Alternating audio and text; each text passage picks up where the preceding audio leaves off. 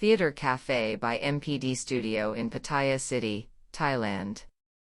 The installation is located at Wonderfruit Festival near Pattaya, Thailand. Wonderfruit is a festival which encourage, develop and innovate solutions for sustainable living. For the past 2 years, the theater stage was the setting for experimental music artists from all over the world. In 2020, because of the pandemic, the stage is transformed into an all-day dining destination with a great view of the lake. The orientation of the stage is flipped. From what used to be the back of the stage becomes the front of the restaurant.